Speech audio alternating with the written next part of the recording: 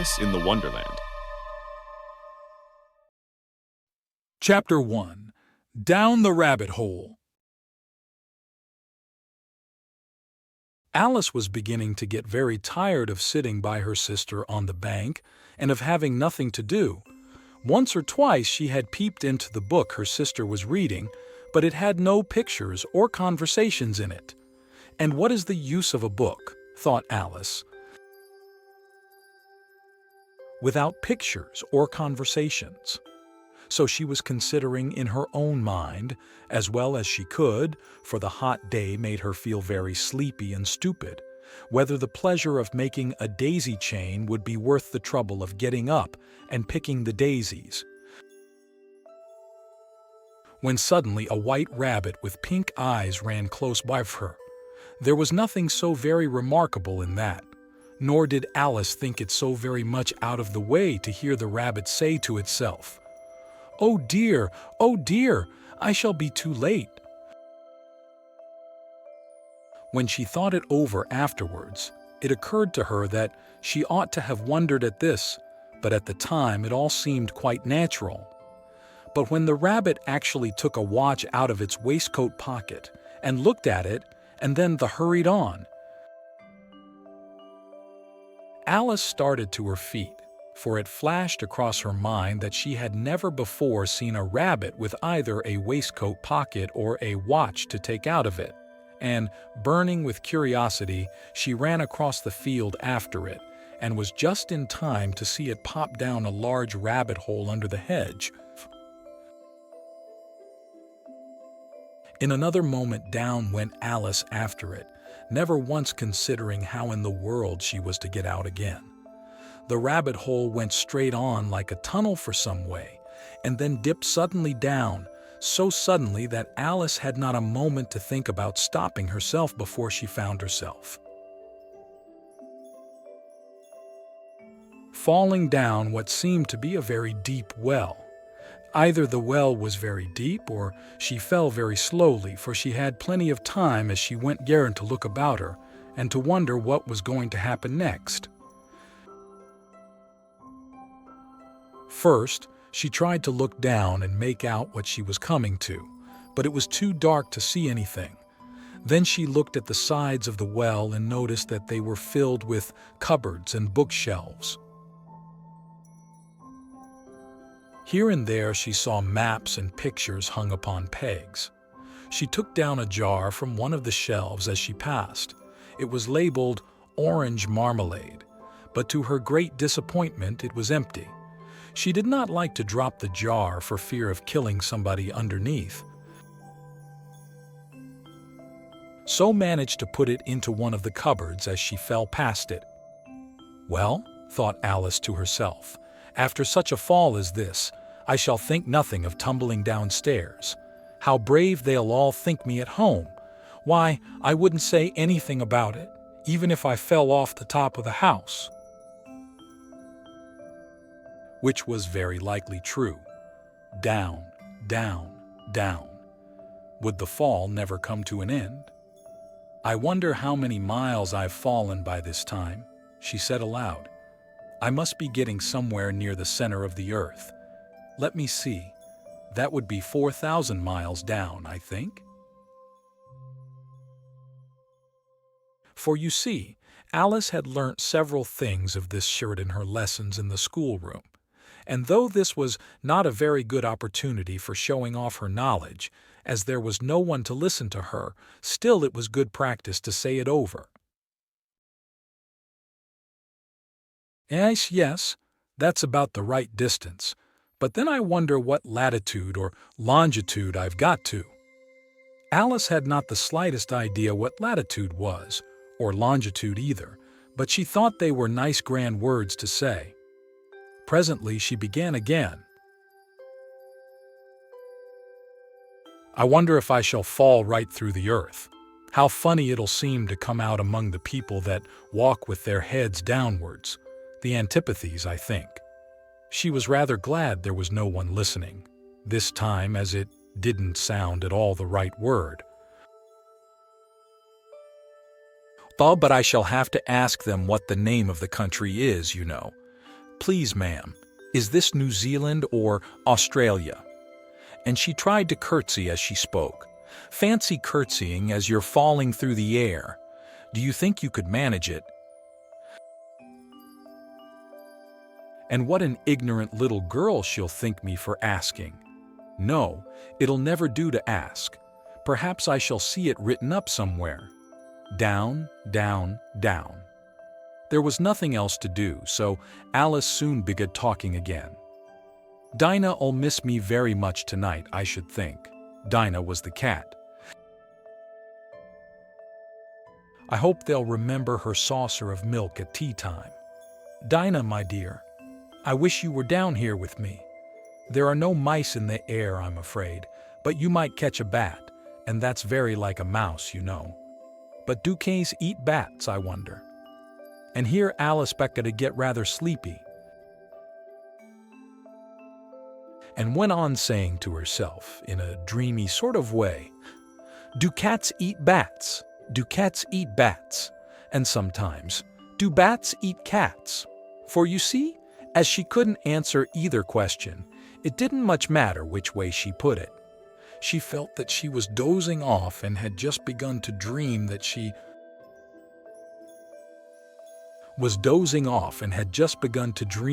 was walking hand in hand with Dinah and was saying to her very earnestly, Now, Dinah, tell me the truth. Did you ever eat a bat? When suddenly, thump, thump, down she came upon a heap of sticks and dry leaves, and the fall was over. Alice was not a bit hurt, and she jumped up onto her feet in a moment. She looked up, but it was all dark overhead. Before her was another long passage, and the white rabbit was still in sight, hurrying down it. There was not a moment to be lost. Away went Alice like the wind, and was just in time to hear it say, as it turned a corner, "Oh, my ears and whiskers, how late it's getting!" She was close behind it when she turned the corner, but the rabbit was no longer to be seen. She found herself in a long, low hall, which was lit up by a row of lamps hanging from the roof. There were doors all round the hall, but they were all locked, and when Alice had been all the way down one side and up the other, trying every door, she walked sadly down the middle, wondering how she was ever to get out again. Suddenly, she came upon a little three-legged table, all made of solid glass. There was nothing on it but a tiny golden key, and Alice's first idea was that this might belong to one of the doors of the hall, but alas, either the locks were too large or the key was too small, but at any rate it would not open any of them. However, on the second time round, she came upon a low curtain she had not noticed before, and behind it was a little door about 15 inches high. She tried the little golden key in the lock, and to her great delight it fitted. Alice opened the door and found that it led into a small passage, not much larger than a rat hole. She knelt down and looked along the passage into the loveliest garden you ever saw. How she longed to get out of that dark hall and wander about among those beds of bright flowers and those cool fountains. But she could not even get her head through the doorway. And even if my head would go through, thought poor Alice, it would be of very little use without my shoulders. Oh, how I wish I could shut up like a telescope. I think I could, if I only knew how to begin. For you see, so many out-of-the-way things had happened lately that Alice had begun to think that very few things indeed were really impossible.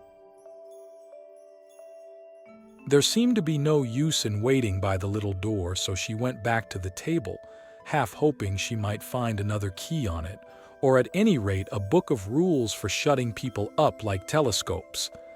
This time she found a little bottle on it, which certainly was not here before, said Alice.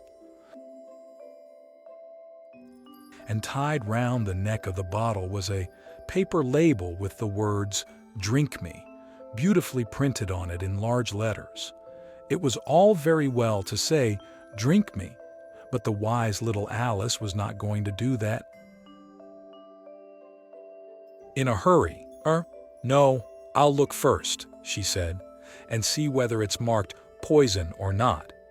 For she had read several nice little stories about children who had got burnt and eaten up by wild beasts and other unpleasant things, all because they would not remember the simple rules their friends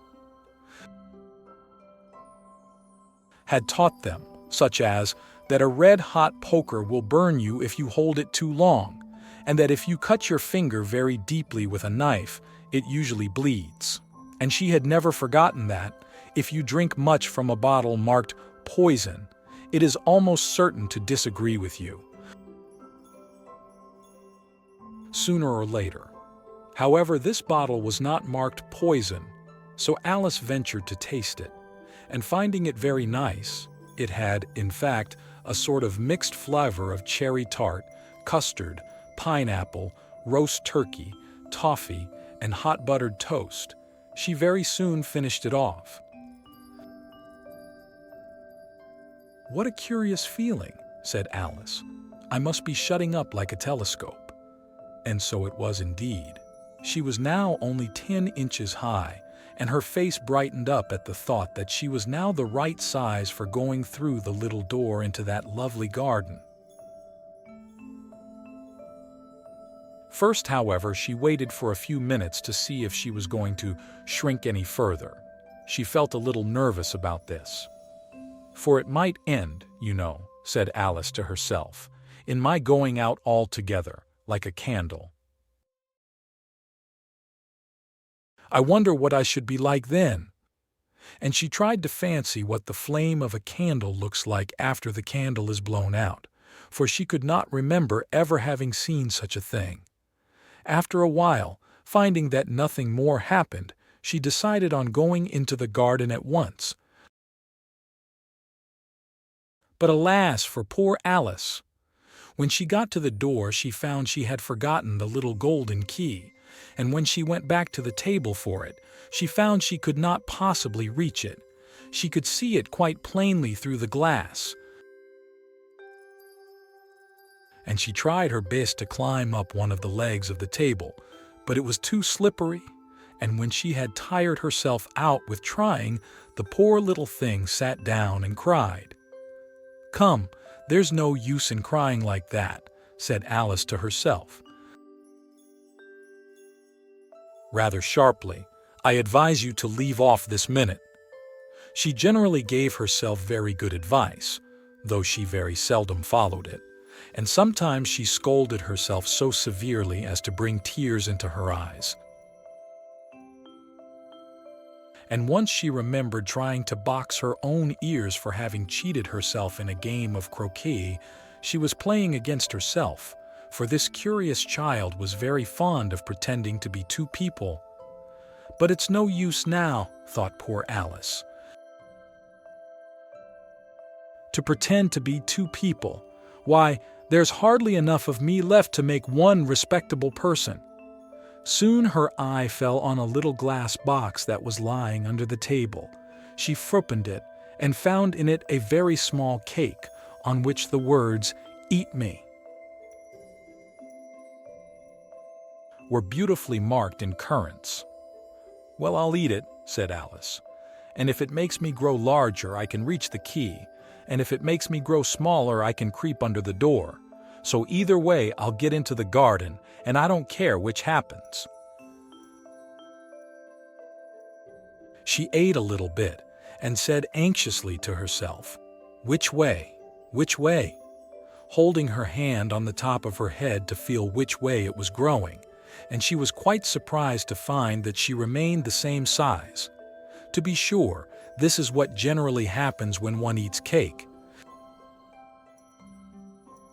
But Alice had got so much into the way of expecting nothing but out-of-the-way things to happen that it seemed quite dull and stupid for life to go on in the common way, so she set to work and very soon finished off the cake,